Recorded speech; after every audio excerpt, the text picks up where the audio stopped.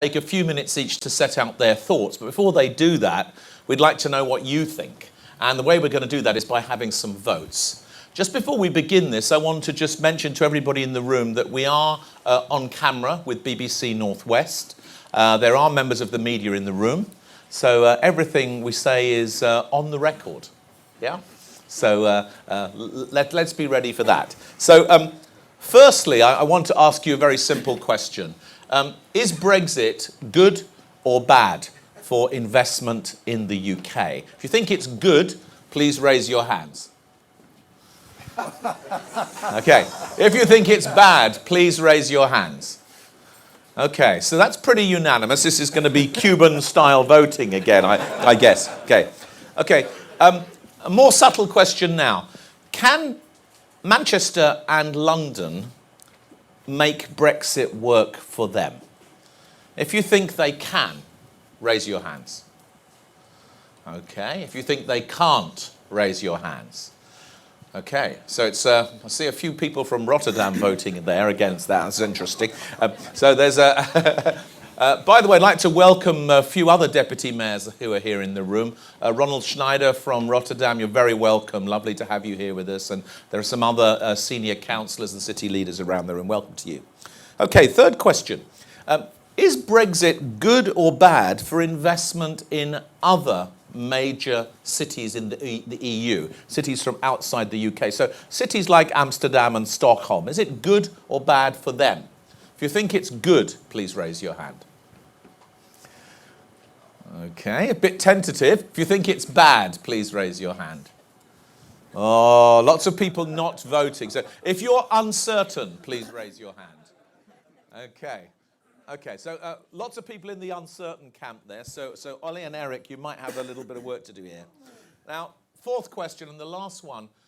When we think about Brexit, will some EU cities benefit more than others? Will there be specific cities that you think will get the benefit of Brexit in the rest of the EU once the UK leaves? If you think there will be, raise your hands. Okay, if you think there won't be, raise your hands. Okay, so some cities are going to benefit more than others. Who those cities will be and why they'll benefit may be a conversation that we'll get on to as we speak. So to begin the conversation, I'm going to ask each of our distinguished panellists to take 5 minutes to set out their thoughts on this question. Who benefits from Brexit? How can you benefit from Brexit? What's needed? Then we'll get into a bit of a Q&A, and as soon as I possibly can, I'll bring you all into the conversation. So with Jules, if we may, we're going to start with you and invite you to go first. Deputy Mayor of London, Jules Pipe. Thanks very much, Greg. I don't think I have to say that much, really, because I agree with the audience, I think, question by question. I mean, I was an ardent campaigner for Remain, and obviously representing the mayor as I do here, he was an ardent campaigner and he was out there. I think being part of the EU has brought huge social and economic benefit to the UK, and I'm very sad now to see us heading for the door. That said, I've got to respect the result of the referendum, as the mayor has to. And we've got to work to overcome the challenges that are now facing us. I have to say that I don't see too many opportunities. I'll come to one. I think that was the title of this, what are the opportunities, and be positive. I'll try and come to one at the end of my few remarks. I'm probably very positive, though, that we are going to make it work. I'm not here to say that it's better out than in. No, quite the opposite. But whatever happens, I think London will come through this. Already the signs are positive. Google, Facebook, Apple, they've taken the decision to locate in London despite the decision, even when they were perhaps already 1 foot in the door into their new buildings. They still could have pulled back and scaled back, but they haven't. And those investments, along with many others, are a real vote of confidence in London. They acknowledge there are key strengths to London's economy and its infrastructure and its language, its legal system, and all the rest that make it unlikely to change. It's a very attractive place to locate and invest. And London's undoubtedly going to retain its incredible pool of international talent for those reasons. And people like to cluster, and talent attracts further talent. And despite the political pressure on immigration, particularly generated elsewhere in the country, London does celebrate its diversity, and that really is a contributory factor, I think, in the city overwhelmingly voting to remain in the UK, and also what makes it so attractive for global companies. And whilst there are many other fine cities across Europe, and I'm not here to detract from them in any way, they just don't have the same capacity and depth to replicate London's really complex, interconnected financial services hub. And I think in the terms of the UK's future relationship with the EU, if their barriers to financial services are put up, then I don't think EU cities are going to be the winners. It's actually going to be the financial hubs with which London currently competes, such as New York, Hong Kong and Singapore. And that's not going to be just a loss to the UK. That will definitely be a loss to Europe as a whole.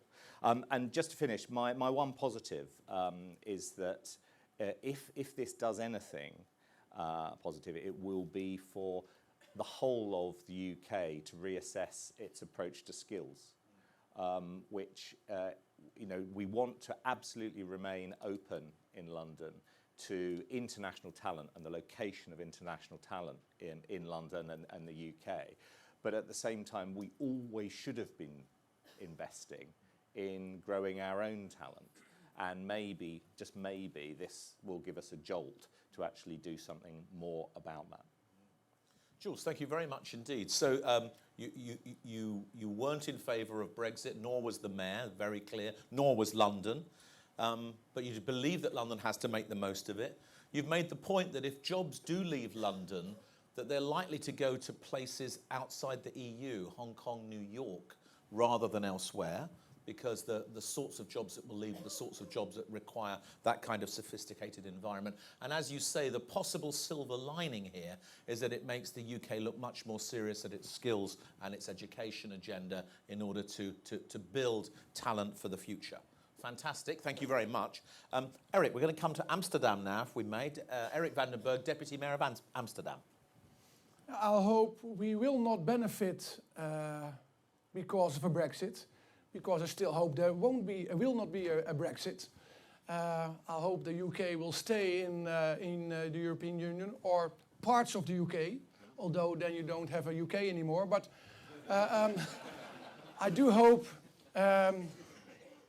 that the British people will come to a sense. But when there is a Brexit, then Amsterdam will be one of the places that international companies will go to. And I hope a lot of companies will go to Amsterdam. And we have a great proposition for companies to come to Amsterdam. One is our high-skilled multilingual talent. 60% of the people in Amsterdam are high-skilled.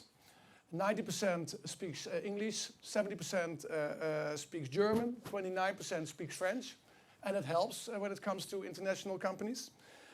We have an excellent infrastructure. Your London city is called in the Netherlands Schiphol, but it's an international hub with 320 international destinations. Only 6 minutes from the EBD and 12 minutes from the center of the city. So our infrastructure is excellent. We have also an excellent a data system. Our Amsterdam International Exchange is the largest data system in the world. Rotterdam, with its harbor, is 42 minutes from the city of Amsterdam. The Hague is nearby, so Holland Metropole as an area is also near the city center of Amsterdam. And we have also 2 organizations, Amsterdam in Business and the Netherlands Foreign Investment Agency, who can support all companies that come to Amsterdam. And everything is nearby. I had a meeting with a company last month, and we were at the Southex, the EBD of Amsterdam, and everything they asked was in 20 minutes of the place we were standing. And that makes it very interesting for people to come to Amsterdam. But still, I hope it won't be necessary. Eric, thank you very much indeed. So you reminded us of Amsterdam's incredible capabilities in skills, in languages, cosmopolitan diversity. But you've also talked about the Holland Metropole region, 7.5 million people, maximum journey time of 41 minutes between any of the cities. You've talked about the aviation connectivity and the readiness to support companies from that require a highly complex business environment. But you've stressed it's not what you want to see. You'd rather see the UK not leave the EU than to have any particular benefits that Amsterdam might get. Let's see if Stockholm will be so generous. Okay? But first of all, of course, I also hope that UK won't leave the European Union, and I think that the road to leave the European Union is a little bit bumpy ahead. It seems to be a little bit messy in your country for the moment with the different decisions, and also when the Scots are claiming that they want to have a new referendum on leaving the United Kingdom, and I wonder, could the PM says no to that request, because if the Brits had the possibility to leave and have a referendum about the European Union, why shouldn't the Scots have a new referendum when they now knew that this is a totally different situation, because they voted on the referendum on staying inside the European Union. And if the Scots leave, what's up to Northern Ireland? Could they are not a member, or could they be a member of K, not UK, because obviously that will be not a United K. They will just be a member of a K. And it seems very messy, and for me, coming from far north, we are not used to those kind of complicated questions. But I know that you are skilled people in Great Britain, UK, so you're going to solve it, I hope. But to be more serious, of course, nobody is actually gaining out of the outcome of the referendum last summer, because everyone is a loser. That's my first, and I guess that the audience would have the same thought that I have in this question. What about Stockholm and how we are losing?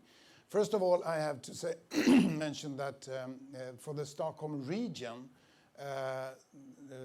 the UK is the major trading partner.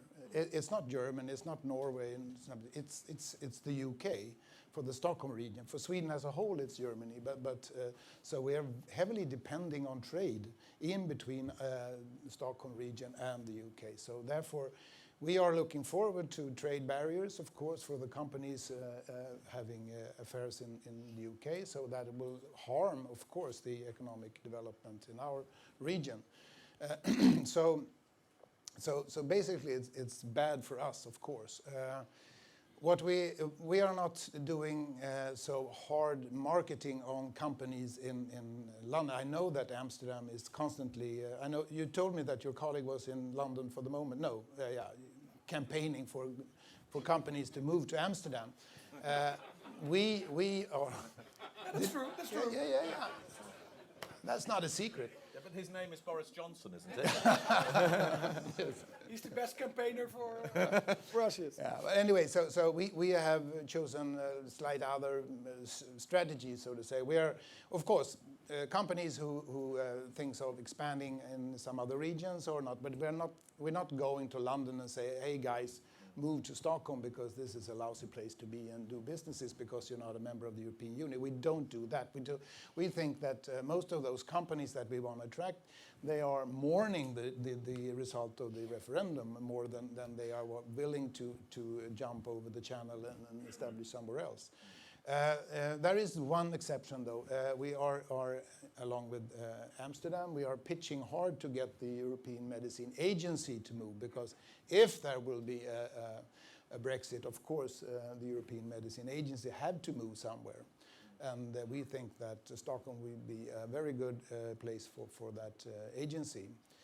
Mostly because the drug testing now is that the EMA is doing is mostly they do it in the national authority in UK and in Sweden. So that's obviously to just continue and have a seamless move of the agency would be very favorable, I think, for the EMA and for Stockholm, of course. That would be very good for us. But in the long run, I would say it's not good, of course, at all that this is going to happen. And I'm positive, of course, to that even if Brexit is going to come in a couple of years, I think that, of course, humanity has managed harder crisis than that, if you have the long perspective, as I like to have. You know that, Greg. I do. So, for Stockholm, my time is due. No. Okay. So for Stockholm, just to summarize, we're very sad, of course, about the outcome of the referendum. But we think that we're going to manage, of course, and some companies maybe if they want to enlarge the business, want to move and set up business or enlarge the business in Stockholm, Sweden. But it's on the margin, I would say. One thing that both London and Stockholm is very good at is investment in financial technology, where we are almost equal, I would say. London is a little bit more ahead. That will be interesting to... Investment in fintech. A little bit bigger, that's it. Okay, and Amsterdam is good also. Yeah. But you end up third there. But nice to see a little bit of competition beginning. No, but yeah, good friends, good friends. As always. I just want to mention one thing, because when you're talking about I mean, startups and those kind of companies in the fintech industry, I think that they are heavily depending on when they're starting the business in Europe to have a financial passport for Europe, not a financial passport just for the UK. Which is it's complicated. Maybe it's a technical term for people, but if you're starting some kind of business, then you want to test it out in more countries at one time. Yeah. So I'm closing my 5 minutes now. Yeah, Ole, thank you very much indeed. So you said essentially you regret this move towards Brexit, and you mentioned particularly that the Stockholm region, its biggest trading partner is the UK. So you're going to be worried about tariff barriers and this kind of thing. You also said that Stockholm is not campaigning to attract companies or jobs out of the UK. But the one thing you are looking at is the European Medicines Agency, which Amsterdam and a number of other cities are also thinking about. And maybe there'll be a conversation about the European Bank for Reconstruction and Development in due course and where that moves to when it has to leave London. But we'll come back to that. So let's go to our host, Sir Howard. So if you could talk from a Manchester perspective, please, about this. So Brexit, who benefits, who pays, how do you see this? I think the first point is no one benefits from Brexit. I think that is a consensus, really. I think you've got to address the origins of Brexit and the outcomes around Brexit, and that is it's one of the clearest manifestations, but not the exclusive one, around the conflict between globalisation and nationalism. And I think one of the key uncertainties over the next few months, actually, irrespective of the UK triggering Article 50, is how some of those tensions are going to play out in elections in the Netherlands, in Germany and France over the next few months. So the European debate, as we're currently having it today, might well actually become a rather different debate over the next 3 to 6 months.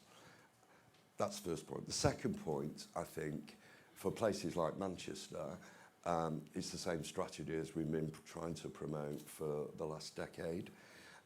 If you look at the global market, you are seeing increasing evidence of Europe as an economic entity reducing in significance. You're seeing the Far East and North America increasing in significance. So for places like Manchester, it's really about how we develop that Northern Powerhouse strategy by working with our colleagues in Liverpool, Leeds, Sheffield, the rest of the north of England, in order to give us that trading and base, that wider platform for being able to compete more effectively in the global market. So investment in transport, in skills, as Jules has said, focusing on our key assets around advanced manufacturing, advanced materials, digital, health informatics. Those are all going to be key influences on our future. And finally, it's also really about how cities within Europe, institutions within Europe collaborate. We don't need permission from national governments to work together. We don't need support from our university colleagues for them to continue to collaborate, to exchange talent, to exchange ideas. And increasingly, I think what we've got to do is actually work even closer together in order to support our quest for growth and ultimate global success. So Howard, thank you very much indeed. So it's about the clash between globalization and nationalism. We'll see more of that. For British cities, it means building a global strategy that embraces Europe, but also the rest of the world, where the growth points are.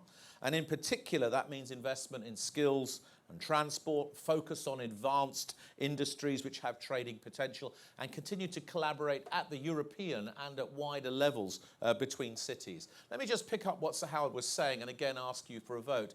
How many people in the room think that another European country will press to leave the EU in the next 2 years? If you think another European country will, raise your hands. Thank you. If you think one won't, please raise your hands. Okay, so this is about 90% think that another European country will. I'm not going to ask you which country, but we'll come back to that. How many people in the room think that Scotland will have another referendum to leave the UK in the next 2 years? If you think Scotland will, thank you. If you think it won't, please.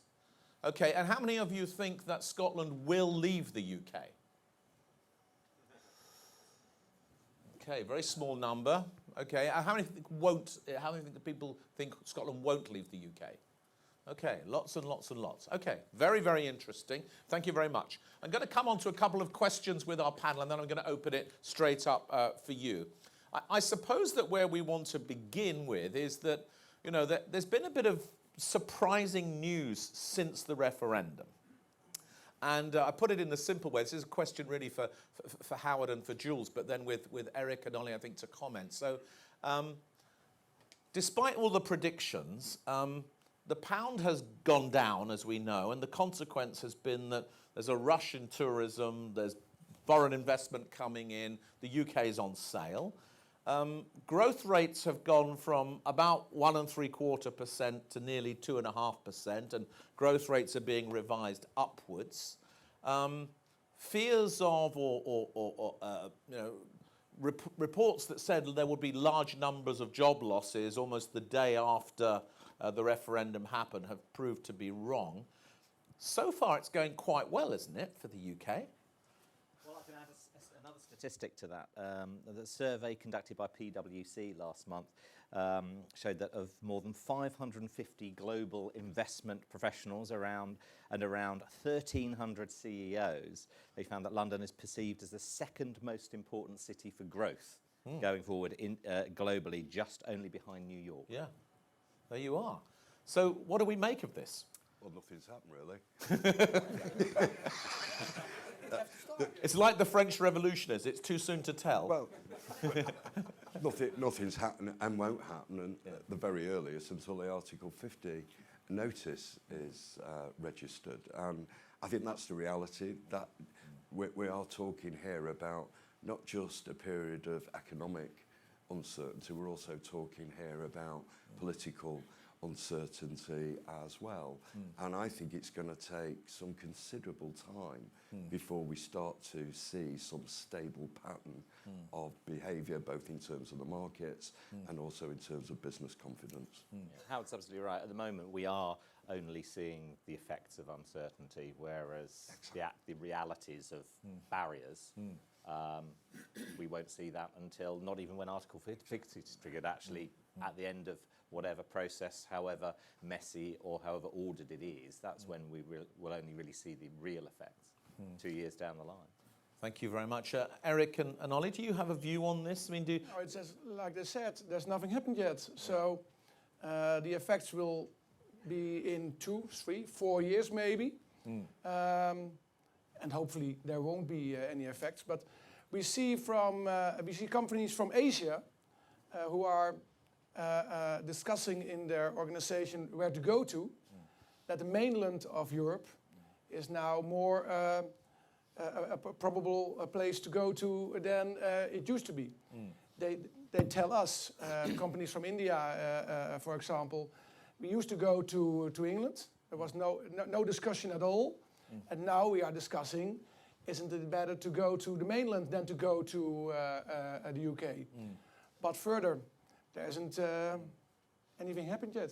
So you think, or you all think on this side it's going to take 2 to 3 years to play out before we see some established patterns, as Howard and Jules were saying. What do you think, Ole? I agree on that, you don't know the terms of the Brexit yet. They haven't started negotiating. People talking about a hard Brexit, what's that? I don't know. I mean, your PM seems to be very happy about it, and I don't know what she means, but she talks a lot and says nothing. Excuse me. But It's then, live on BBC now, so I know. there will be a discussion in Parliament today. Yeah. Okay. But I agree. I have exactly the same experience that Amsterdam has. That what we noticed was just after the referendum, companies that were planning to establish themselves in London, they asked us whether they should do it in Stockholm instead. For example, companies from Istanbul that small startup companies. No one from Istanbul is going to the Netherlands now, so you can have them. So. On the contrary, I would say. Because they were leaving Istanbul because they didn't like the regime. They would like to come to it. More than to Stockholm, so it's a favor for you now. But I think Eric must be right that not so many are going to go to Amsterdam now. Not from Istanbul now. I've got some more questions for the panel, but I'd rather you had a chance. So what we're going to do is just invite you to raise your hands. We'll try and deal with as many questions as we can. We're talking about Brexit, who pays, who benefits, what's going to happen in the short term, the long term, what are the right strategies for cities, what are the investors thinking. Floor's open. Who wants to come in? Nobody. Yes, sir, you're first. There are no microphones. We're just going to ask you to raise your voice. Okay, thank you. Nobody's mentioned Dublin yet this morning.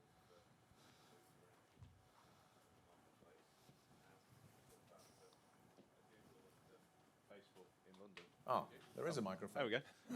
Well, I think you got the first part of the point. We talked about Facebook and Google being in London. Clearly, they're also well established in Dublin. We've also heard other rumours about Dublin beginning to attract investors from London. I wonder what you think about the Irish opportunity on the doorstep. Okay, well, maybe the way we'll do this, if you don't mind, is we'll do a quick vote so that our panellists can see what people in the room think, and then they can comment. So I'm going to say the names of 6 cities. You're only allowed to vote twice. And the question is, which city is going to benefit most from Brexit? And the cities I'm going to ask you are Stockholm, Amsterdam, Berlin, Frankfurt, Paris, Dublin. Okay, you ready? You can only vote twice. Who thinks Stockholm? Okay. We know where you're from. Okay. Who thinks Amsterdam? Okay, very good. Thank you very much. Who thinks Berlin? Okay. Who thinks Frankfurt? Okay, that's interesting. Who thinks Paris? Okay, and who thinks Dublin? Okay, so I think Dublin did just about win that, but I think it was Dublin, Paris, and Frankfurt that got the most votes, wasn't it? Okay, so panel, what do you think about the prospects for Dublin? That's the question. I think they are very good. You can see that, especially, for example, in the aviation industries, a lot of companies are planning to settle their operations there. SAS, for example, is now discussing on moving out from Scandinavia. A lot of things to Dublin. But we learned yesterday that there are also things that is not so favorable for Dublin because the major port in Belfast is now that they use for a lot of transportation is now going to be blocked if Brexit is to come. So that was a disadvantage. Yes. So Dublin's, as it were, logistics platform will be cut off by a hard border with the north of Ireland. Yeah, very interesting. Dublin comments, gentlemen? I do think that Paris, Frankfurt and Dublin are the strongest competitors. Yeah. Frankfurt, because of the international banks that are sitting there. Paris is a strong economy. Yeah. And Dublin has got a lot of benefits, especially, of course, the language, the tax system over there. So I think Dublin is a strong competitor. Well, New York wasn't on your list. So. No. I was going to come back to that next, actually. I mean, the point made about Dublin just highlights the ridiculous situation that the UK is walking itself into. To reintroduce the kind of borders that everyone works so hard to remove in Ireland is a terribly sad thing. Anything to add, Sir Howard? I think it's a huge challenge, the border issue in Ireland. They certainly see it as a huge challenge, rightly so. I think for Dublin to actually prosper in the so-called new world, then it's going to have to invest huge amounts in infrastructure if they're going to be able to respond to the opportunities. But by and large, as I go back to what I said earlier, I don't think it's going to be any major beneficiary on the back of Brexit. Well, thank you very much, Sir Howard. Now, Jules Pipe in his earlier remarks said, actually think about this. Maybe some of the benefits, if there are any, will go to places like New York and Hong Kong, where the scale and complexity is there to serve the companies that might leave, for example, London. Who broadly agrees that that's an important way to think about this? If you do, please raise your hands. Okay, thank you very much. Who doesn't? Okay, so we've got a few people not voting, Jules, but everyone who voted agrees with you. Let's take some more questions. Who else wants to come in? Ewan, you could come in next, if that's okay. Thanks very much. And then can we have somebody else waiting so that we can get the ball going? Yes, please, madam, you'll get the microphone next. Howard talked about Brexit was a result of the tension between globalisation and nationalism. So what are your cities doing to address that point about perhaps more inclusive growth and making sure that there is more, less disharmony in your city's population? Eric, you want to start? First of all, tomorrow we have the elections in the Netherlands. Yeah. And as our Prime Minister said, it's the quarter-final to stop nationalism. And then France and Germany. In our city, we have even more nationalities than in New York, for example, 180. So Amsterdam is a very international city in which a populist party, as we have in the Netherlands, hasn't got almost any votes because it's too international to get a good environment for populist nationalist parties. So I think Amsterdam can be a good example for some other countries, also in the Netherlands. Ollie? Yeah, of course, I think that the importance of what cities are doing in the future is much more viable. And that's because I think that national politics is doing so much harm in different countries. I mean, it's easy for people to get populistic votes, and they do a lot of things. And the cities are actually, in the future, the drivers of the economy. But your question really, I mean, it's a 2-hour answer, of course, what we are doing. And you're sitting next to the city manager of Stockholm, so she knows everything. You could take it in the post.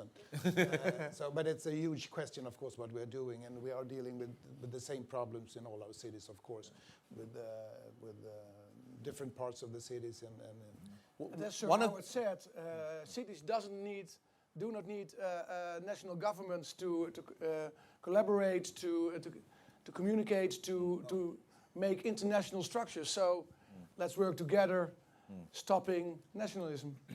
Absolutely. And Ole, I don't know if you want to take one moment to say, but obviously Stockholm has done a huge amount about housing growth and tackling your housing problems and housing affordability. Not all of it successful because you've got a rising tide, but how important is that in Stockholm? Yeah, that's the major problem that we are facing in Stockholm for the moment, because both the fact that we have a lot of people migrating, we have a lot of new Stockholmers born, so the population is growing very rapidly.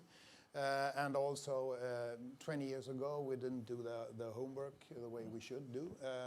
So very few houses were built. So that is a huge problem. But then, of course, new houses are always more expensive than old houses, which for people who don't have an apartment is a problem. So, and we don't have social housing in Sweden in the way that you have in your countries. We actually try to keep up the pace with building new houses. That's the only thing we could do, actually. And of course, there are regulations on the national level that should be attacked also, of course. I mean, tax systems and a lot of other things, but that I won't go into now. But we are a little bit hindered from the state level what we're doing. So the question was about inclusive growth, Sir Howard. What are you doing in Manchester to make growth work for everyone? Well, arguing for devolution, really. Yeah. Part of our problem, and one of the major influences, I think, on the levels of exclusion in many of our big city regions is the centralised decision-making process.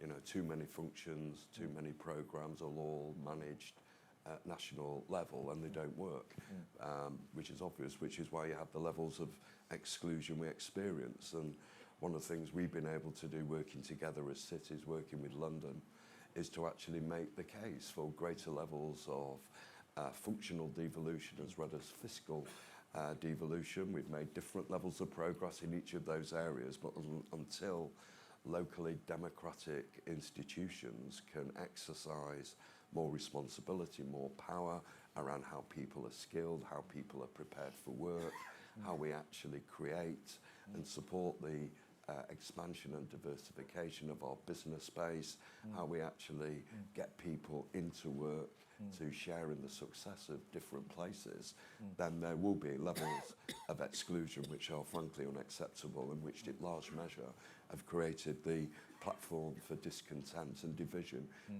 within our country. And the quest for devolution is absolutely essential and has to become embedded in government policy over the next few years. And one final point is, whilst governments now still talk about devolution, I think most of us see precious little evidence that that's being acted upon with the same vigour that the previous government was driving it forward. Thank you very much. Jules? Yeah, well, Howard's absolutely right on the devolution point. Manchester and London have worked very closely under the previous mayor and now this mayor on the devolution agenda over a whole broad range of areas. And I think it's absolutely right to tackle that sort of the growth of nationalism point and resentment. That, you know, yes, we need to, on one hand, we need to sort of celebrate the diversity of our populations that we do in our cities, and I think that's why there is this kind of more healthy attitude to openness and to internationalism. But I think also that just as big, if not bigger, is if we're going to resist the sort of a rising tide of resentment, we do need to tackle fairness. The wealth that has been created over recent decades has not been fairly distributed, and we are seeing now the results of that. And I'm not sitting here saying that, and I don't hope I come across as some wild-eyed, crazed sort of communist. But you know, the things, the effects and the negative effects are there to see, and the housing crisis that we have in our country, particularly in London, is one of the greatest examples of that, and that's one of the reasons why it's the mayor's main focus of his campaign for his election, which clearly rang called loudly with the people of London. So more new products, more house building. Also, and I mentioned skills as well, ensuring that, you know, that's got two prongs to it. That on the one hand, the mayor is very keen that there is a homegrown talent pool for businesses, so that businesses can draw on the people, the trained people that they need. But equally, it's about making sure that Londoners who aren't better benefiting from that growth actually are able to join the labour force and gain the fruits of the growth of the capital. Thank you very much. There's a very strong point there, in a sense, from the UK side of this conversation, that centralism in government is partly responsible for the inequality and the exclusion that we've seen. And it's the combination of devolution of power to have policies that work, plus a focus on fairness, Jules, as you put it, to really include people, that's going to be key. And in a sense, that's part of what you're talking about, Ollie, there as well. Madam, you were waiting. You're next. The UK has traditionally seen a lot of investment from China and America, and I just wondered, did the panel think that's now at risk? And if it is at risk, where else should the UK look for investment? Should it look to Asia, South America, and other parts of the globe? Okay, thank you very much. I think, Sir Howard, you should kick off on that one. I think we need to look for investment wherever we can get it, actually. And increasingly, if anything, I think you'll see more trends of Far Eastern and non-European investment in the UK over the next few years, because they tend to look at things in a more longer-term context. And clearly what we have to do is work with all investors, and there are many examples now in London as well as Manchester, obviously, where we're seeing that greater level of international investment, particularly not just in what we would describe the traditional property plays, but increasing levels of investment in science and innovation, which clearly is going to become increasingly important over the next decade. Does that mean, Sir Howard, that obviously Manchester's built up this amazing track record of financial partnership with your partners in the Middle East, your partners in China? Does that mean that you're also looking elsewhere, or are you looking to deepen and embed those existing relationships? I think we're looking to do both, Greg, and some of the things that we're seeing now, probably for the first time in my experience, is Far Eastern investment around business incubation, locking themselves into places which are able to secure access to universities, their research, their innovation activities, particularly in those sectors where we have distinctive strengths. And that's going to become an important part of our future. Thank you very much. That reminds me to tell people that at 2 o'clock this afternoon in the Palais des Festivals, in the main room, we're going to be talking about Manchester's partnership with Abu Dhabi. Yeah. And we'll be talking about the Manchester Life Company and that model of very long-term investment at very high scale in urban regeneration. So do come and join us then. Jules, for London, I mean, London has always taken investment from all over the world, but are you now on a particular search in particular markets, or is it a bit more from everywhere? Well, I suppose it's the reason why we're sitting on a beach in Cannes at 8:30 in the morning. I mean, obviously, yes. I mean, London continues and will continue to be open to investment around from all around the globe, and I don't see anything changing that in the future, and it won't be about focusing on particular areas of the globe. It will be, London is open to investment and talent from the entire world. And I mean, you're in the middle of presiding over the new London Plan. That's the big sort of strategic investment document for London. You're sort of halfway through that process.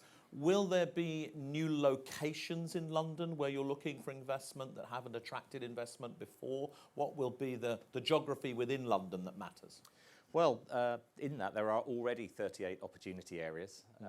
We'll be looking at intensifying not just those, but also additional areas around, well, anywhere that's got good transport links, or we know will have good transport links over the next 10 to 20 years.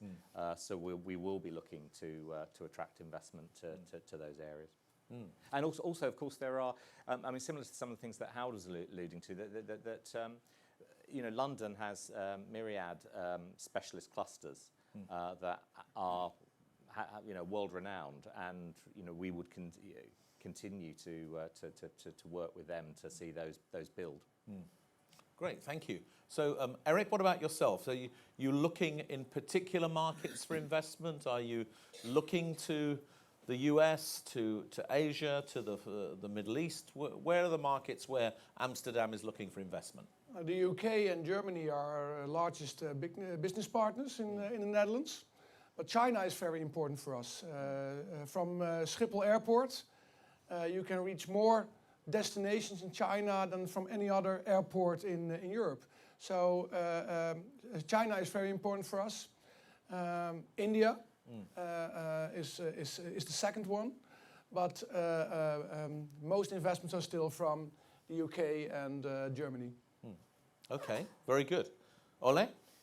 Yes, here at MIPIM we are talking a lot about, of course, the big issue of housing, and we want to attract more international companies for construction and for also the real estate business. So one of our partners is actually the Abu Dhabi Investment Agency partner here, because they have been buying things in Stockholm, so they are partnered with them. But when other sectors of businesses, other countries more important. If you're talking about the tech sector, I mean gaming and financial technology, we are having most of our VC coming from UK or from the USA. In the field of life science, there are companies from China and India, of course, investing also in Sweden. So it depends on what kind of part of the business you are looking at. So we're not just heading for one, country or one part of the globe. So it sounds like there are sort of three different asset classes that you're all talking about. There's the fixed assets, the infrastructure, the real estate, where you want large capital. There's the specialized sectors where you've got really intelligent capital. And then there's the entrepreneurship class where you're looking for the venture capital. And it sounds like they all come from slightly different places, actually, from what you've said. We've got time for one more question from people in the room, and then I've got a final question, if I may, for our panel. So anybody else waiting? Everyone wants to hear your question. Oh, well, no, this gentleman was ready. It's quite a big question, but I just wondered what the panel thought about whether Europe is in danger of collapsing altogether and effectively has to reboot. And if it reboots, will the UK benefit?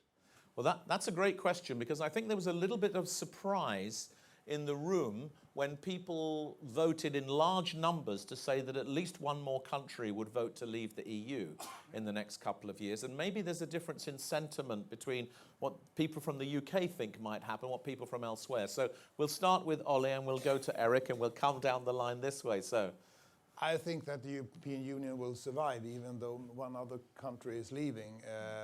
But also, what Juncker is talking about is also a two-speed Europe, and which is a little bit scary for Sweden because we're not a part of the euro. So that could hinder us, of course. But I think it's been on the scene so many years now, and they have a celebration now in late March. It's going to stay on. I'm not that frightened of it, actually. Eric? I don't think another country will leave the European Union, but it's obvious that the European Union have to reinvent itself. There is the Brexit in the UK. There's a discussion in a lot of other countries about leaving the European Union. And when it comes to the big issues, the European Union doesn't have any answer. So it has to reinvent itself. It will. It has to go back to the economic union it used to be. And then it will survive and it will be stronger. And there will be a new relation between the European Union and the UK if the UK is leaving. But how that new relation will be is up to the British. Gents, before we ask Jules and Howard to comment on this, do you think there's a little bit of British wishful thinking here? That now that the UK has decided to leave, it would be much easier if a few others decided to leave. And then, Do you sense that? Because I know in European media, there's a very strong sense that no other countries will leave, but there's a lot of speculation about it in the British media. It will help the British if some other countries will leave, but I don't think so. No. I don't think there will be another Nexit, Frexit, Grexit. Grexit, No. Swexit. Swexit. Yeah. That word doesn't exist. Jules, what's your thought? Well, if there was a reboot, and certainly in the direction you just kind of hinted at, a sort of more of a back to basics version, maybe to head off the rise of nationalism in some countries who feel that they don't like the direction that the EU has taken, then we're going to be left looking rather silly, actually having left it, and it's become a club actually to which we did want to be part of. But I think we're just facing, Europe is facing, though, probably just like us, years of uncertainty, and not just about the UK's departure. It's going to be messy, and that's probably all I could predict, because I think predictions go back 2 years. Theresa May as Prime Minister, Boris Johnson as Foreign Secretary, the current opposition in the UK, and so on and so on. Who would have predicted that two years ago? No. Scary, isn't it? I think I go back to the first point I was making. There's not just been a failure of national leadership. There's also been a failure of European leadership as well. And I think for guys like me, the single biggest threat to the long-term sustainability of the European platform is complacency. And our inability to respond and understand what the needs of people and the priorities of people in Europe actually are. My personal view is, even I was a passionate advocate of Remain, notwithstanding my regional returning officer responsibilities. But at the end of the day, it was absolutely clear that the European project, as it was conceived several years ago, was hull below the waterline. But the only people who really never bothered to communicate that were the leadership of the European Union. And I think we're going to see increasing pressure and tension around the balance between what we describe as a federal Europe and an economic union. And what we have to hope for, I think, in Britain, is that the balance will move more and more towards an economic union and actually move away from that political federal platform, because I think that's what genuine most Europeans actually support. No one can predict what the outcome of that will be, but unless there is a rebalancing of that European project in the way it's described, then there will continue to be tensions and uncertainty for many years to come. Thank you very much indeed. Interestingly, in Brussels last week, there was a meeting of 100 European mayors that said more or less exactly what you've just said, Sir Howard, which is that, you know, the 5 scenarios laid out by Juncker in his plan for the future of Europe, none of them are actually appealing, and the most appealing one would be a 6th scenario, which is a refocus on the economic role of Europe and the role of the local level in social inclusion, economic participation, and everything else. It's the only way to do it. Gents, my last question is this. What's the best case scenario and what's the worst case scenario that we can hope for over the next few years regarding these matters of cities and Europe, UK and EU? What's the best thing we can hope for? What's the worst thing that we should fear? And I'm going to ask you, Ole, to go first. Okay, I'm wishing for not a hard Brexit, a soft Brexit, of course. Even though it's going to be tensions on the European Union, I understand that. But that's what I hope for, actually. But then, of course, I mean, so many other things we are depending on. I mean, how the economy is going to grow. I mean, what's happening in the US. I mean, Russia. A lot of other things are going to affect this. It's just we are not, and the globe consists of much more than the European Union and UK. So I'm hopeful that things gonna sort out in a way that we can't foresee now, but hopefully, I mean, very rapidly, if Brexit is to come, you sort out all those questions about trade barriers and such things, about migration and other questions. That's my hope, of course. That's the best scenario. What's the worst scenario? Yeah, the worst scenario is, of course, that the European Union won't, will split up, and a lot of other countries want to leave, and the US are going to raise a lot of trade barriers for trade and such things. That's the worst scenario, of course. And then we have to rely on China. Yeah, as a stable... Interesting thought. As a stable political... Yeah.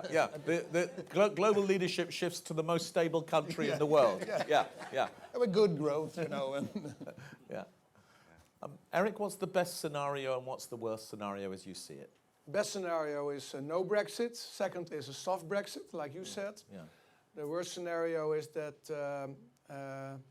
Le Pen will become president of France, because then you have a Frexit, and when you have a Frexit, you won't have a European Union anymore.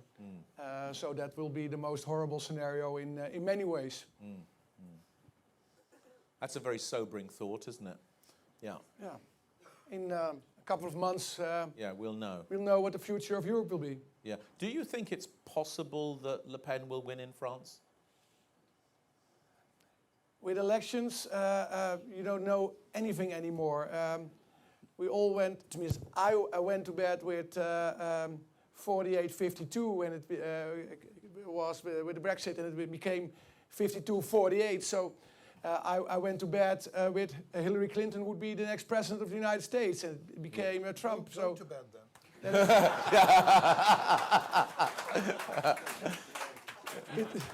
No sleep for you, Eric, on the night of the French elections. Keep me awake, then. Keep me awake. We'll all chip in to buy coffee for Eric that night. A lot of strong cappuccino or espresso. Yeah. Very good point, Eric. Very good point. It's unpredictable. Jules, best scenario, worst scenario? Well, as I've said, whatever scenario does come to pass, I'm confident that London's going to continue being a successful, open international city, wanting to cooperate with the other great cities of the country and around the globe. For the sake of the rest of the UK, though, I really, really want it the successful outcome to be perhaps a rethink in 2 years' time. You know, there is a vote actually on what the offer is, and people can actually see what's beyond the door that they're heading for. Worst scenario. Well, the worst scenario for the UK is that we leave, the terms aren't good, and then the disparity between the successful parts of the UK and the less successful parts of the UK widen even further. There's less of the European benefits, certainly things like European social funds, for example. That's just a small thing, but just that sense of cooperation, and also the successful parts of the UK will be even more just concentrating on themselves and their own success and generating their own growth, and the willingness to support the rest of the country. I say that divide widens. So the divide could widen if the terms of the Brexit are bad. Yeah.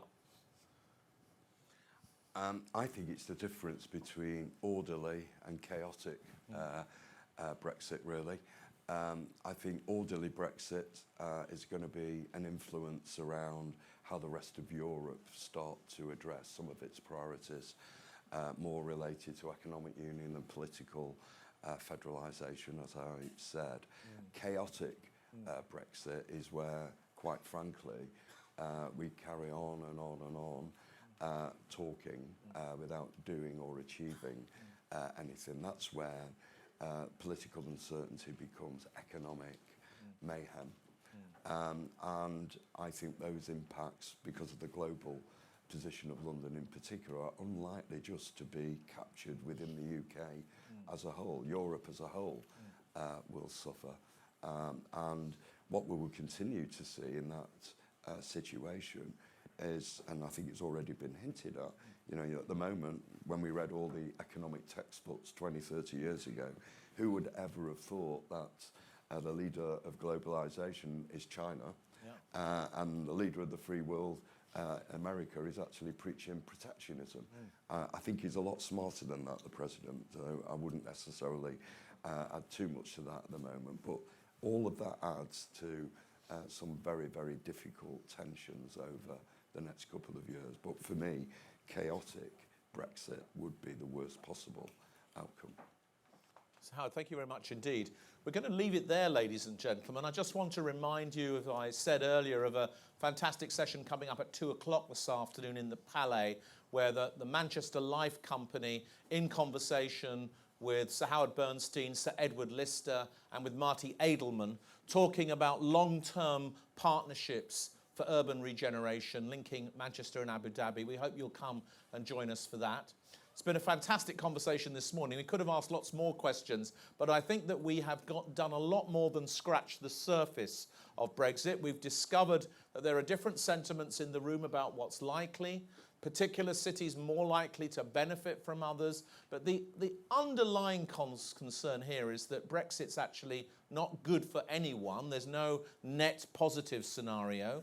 The best we can hope for, of course, is that it will be orderly and well managed, and that within the UK it will result in a transition to much more localisation of power so that we can tackle the very problems that caused the Brexit, and in the rest of Europe a stable ongoing EU where they will be able to undertake particular kinds of reforms that result in, as Jules Pipe put it, a club we would have liked to belong to.